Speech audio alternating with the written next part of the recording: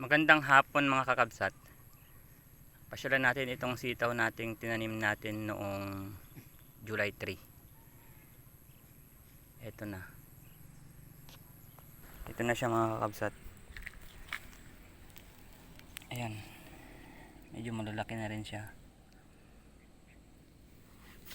Ayan.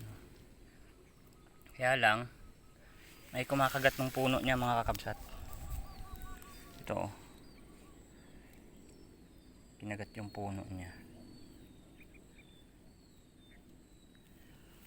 Tapos yan naman yung nabunuhan natin nung isang araw.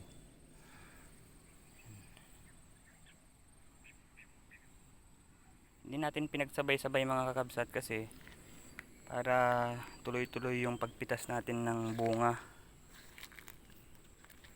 Yan na sila oh.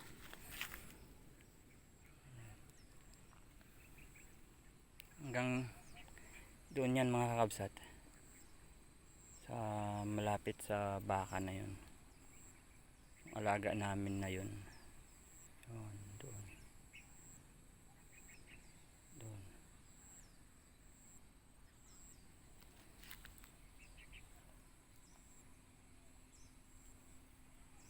Yan mga kakabsat. Kaya lang yung iba bansot siya. Ayan, ito siya payat.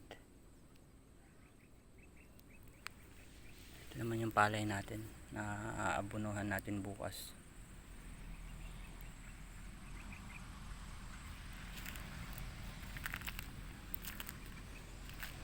Ayan.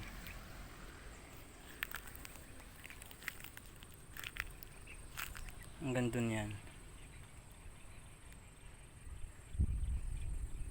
Salamat sa panonood mga kakabsat.